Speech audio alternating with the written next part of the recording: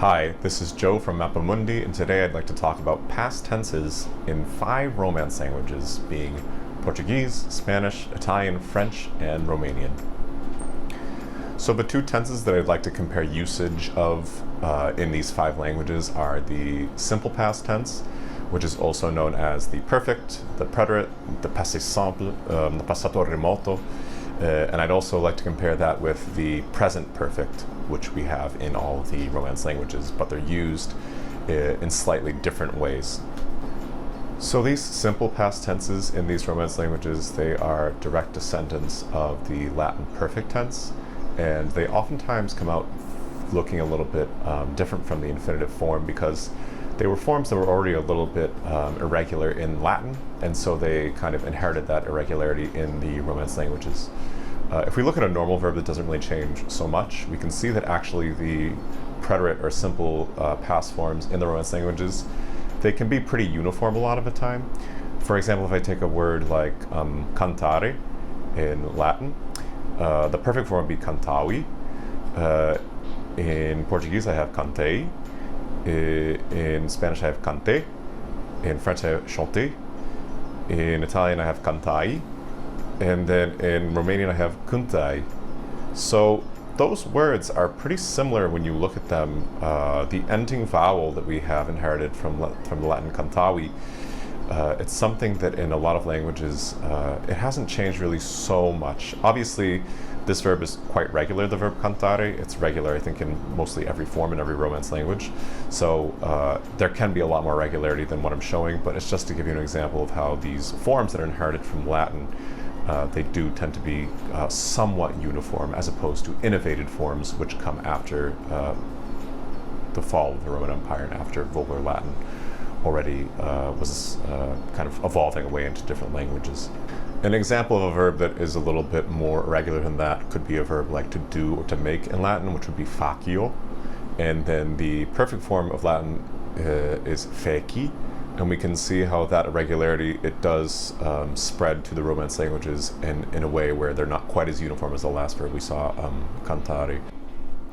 In Portuguese, I have eu fiz. In Spanish, I have eu hice. In French, I have je fis. In Italian, I have io feci. And then in Romanian, I have facui. So we can see how those sounds in those verbs, they shift a little bit more than they do in the verb cantare.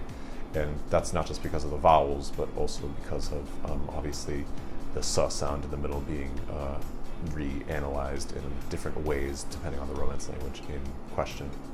Now, having gone over those simple past tenses, it should be said that in a lot of those Romance languages I just mentioned, those tenses are just relegated to historical or written form.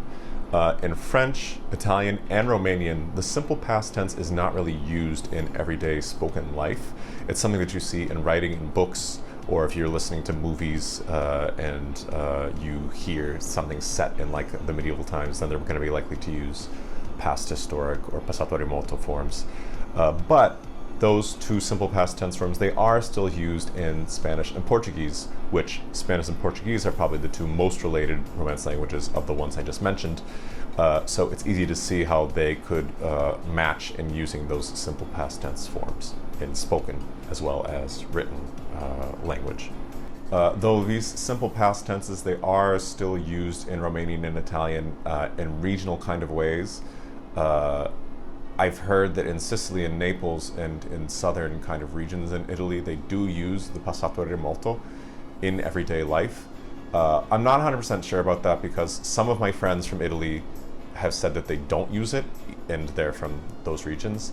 And then some of my friends have said that they do use it and they're from those regions. So I'm not really sure what the kind of breakdown is, if it has anything to do with a kind of education level, class, or if it's just a personal kind of choice, or if it's regional even within those regions.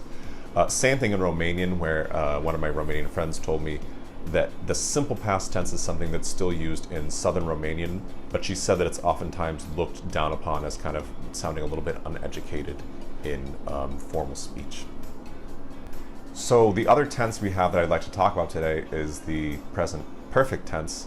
And this present perfect tense, it's used in all the Romance languages, although in slightly different ways. It translates back into English in a little bit different ways depending on the language in question. But the form of how it's created is more or less the same, or the idea is the same in all the 5 Romance languages that I just mentioned. It takes some kind of past participle, which is a form inherited directly from Latin, and it uses some kind of auxiliary verb. It'll either use a verb have or be, depending on whether it's transitive or intransitive, although some languages, they don't use the verb to be, and I'll show you a breakdown of how that works. So the 2 main verbs for to have we're going to see in these videos. One is some form that comes from the Latin word tenere, which means to have or hold. And the other form is from the Latin word habere, which also means to hold. In Portuguese, we can see that the auxiliary verb that's used is from that verb tenere. It's ter in Portuguese.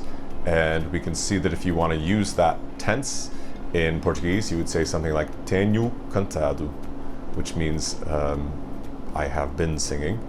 And we can see that the tenho is conjugated with the subject, which would be eu here, I, and the cantado is the past participle of the verb cantar. If we look at Spanish, they do the same thing more or less, but instead of using the verb tener, which is the corresponding verb that goes with tenere, they use some kind of form of the verb haber, which goes with habere. So if you wanted to say the same thing in Spanish, you would say he cantado. It is possible to say tengo cantado, but it's not quite as common.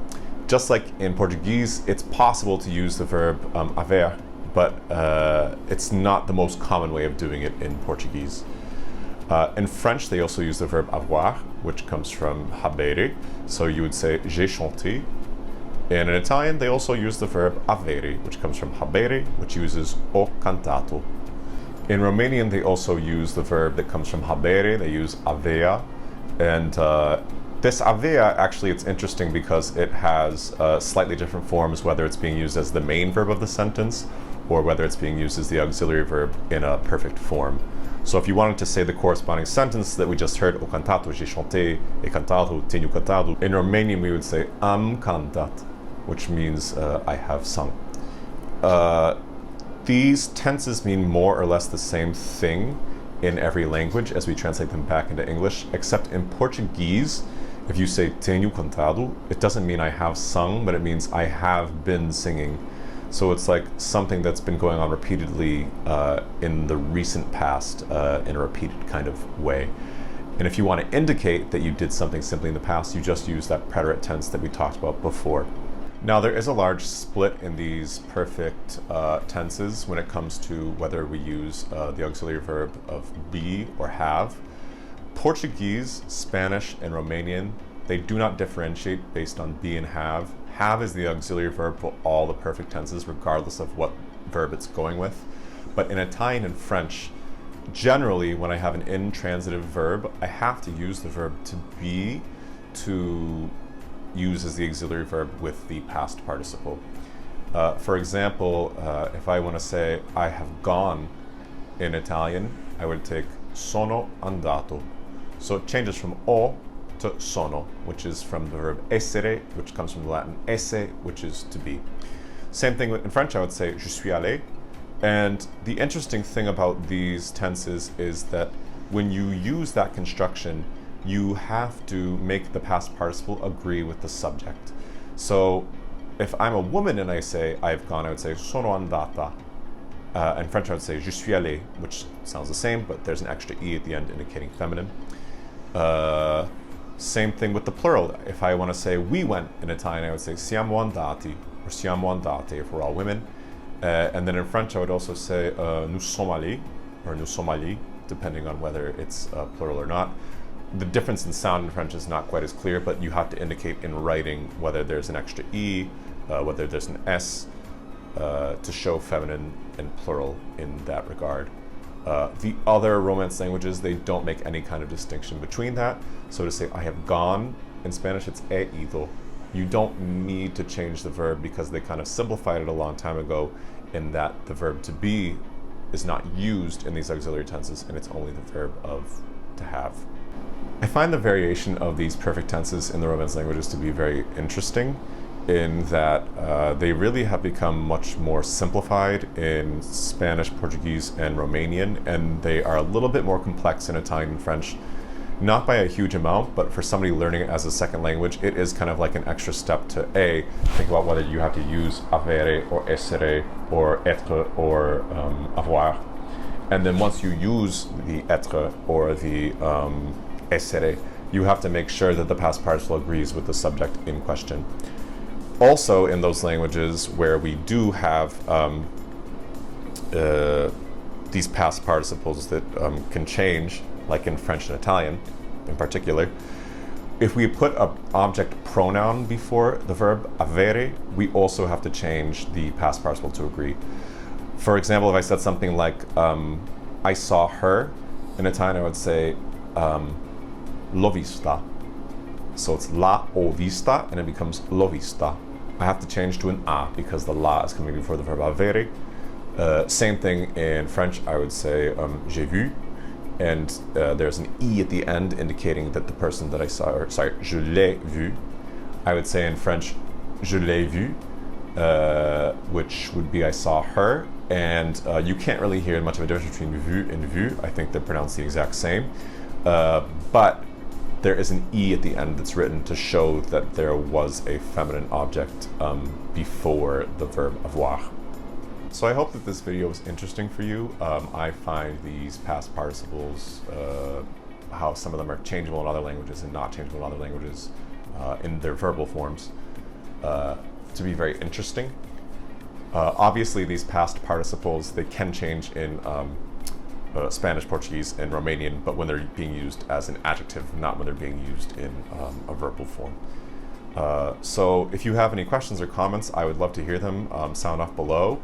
And for more content just like this, subscribe to my channel, Mappa Mundi Languages, to see a new video coming out every Friday.